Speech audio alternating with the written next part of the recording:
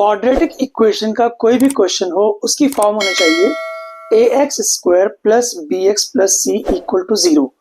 आपको जो क्वेश्चन दिया हुआ है वो है 2 raise to power 2x plus 1 minus 6 into 2 raise to power x plus 4 is equal to 0।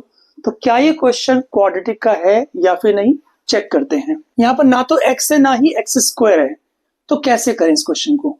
ध्यान से देखो, आपने एक्सपोनेंट्स में पढ़ा होगा x raise to power m into x raise to power n is equal to x raise to power m plus n। और conversely अगर कोई टर्म ऐसी लिखी है x raise to power m plus n, उसको हम x की power m into x की पावर n लिख सकते हैं। तो यहां पर देखो हमारे पास है 2 raise to power 2x plus 1, 2 raise to power 2x into 2 raise to power 1। Correct, आगे चलो, minus 6 into 2 raise to power x plus 4 equal to 0।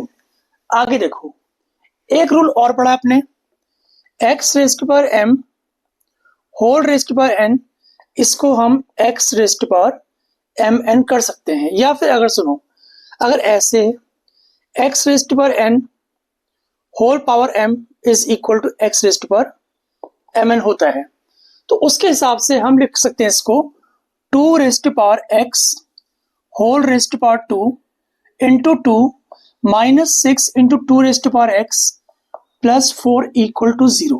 अब मैं क्या कर रहा हूं, 2 रेज़ टू पावर x को t एज्यूम कर लेता हूं। ठीक है, let us assume 2 raise to power x is equal to t। क्या फायदा हुआ चेक करते हैं। t स्क्वायर, ये 2 यहां लिख सकते हैं, 2t square minus 6t plus 4 is equal to 0। अब हमारा जो क्वेश्चन है ना वो ऐसे आ चुका है, ax square plus B X plus C equal to 0।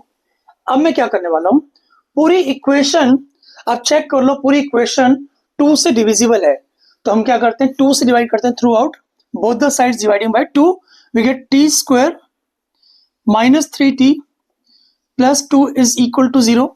Solve करेंगे, पहले d निकालो, d is equal to B square minus 4ac, d is equal to B square 9 minus 4 two 8, d हो गया 1, दैट इज मोर देन 0।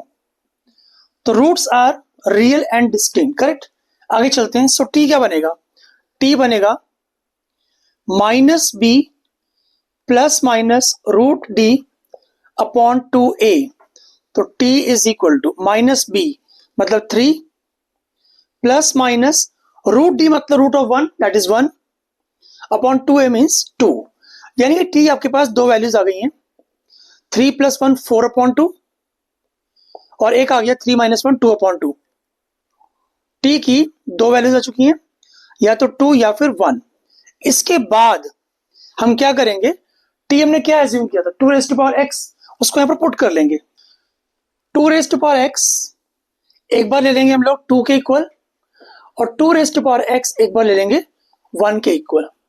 तो अब ध्यान से देखो, 2 रेज़ टू पावर x को हम लिख सकते हैं 2 रेज़ टू पावर 1। क्लियर, 2 को हम लिख सकते हैं 2 रेज़ टू पावर 1।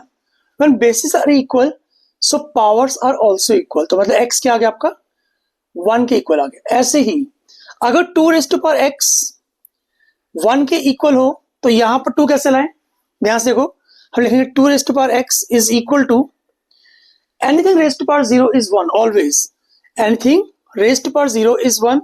x कुछ भी हो तो हम क्या कर रहे हैं 1 की जगह लिखेंगे 2 रेज़ टू पावर 0, यानी x की एक और वैल्यू आ गई 0, हमारे पास x की दो वैल्यूज आई। पूरी क्वाड्रेटिक इक्वेशन का जो आंसर है वो क्या है, या तो x इक्वल टू 0 है या फिर x इक्वल टू 1 है। This is the answer. इस क्वेश्चन के अंदर आपको कहीं भी डाउट हो तो कमेंट सेक्शन में कमेंट करके पूछ सकते हो। Thanks for watching, bye bye.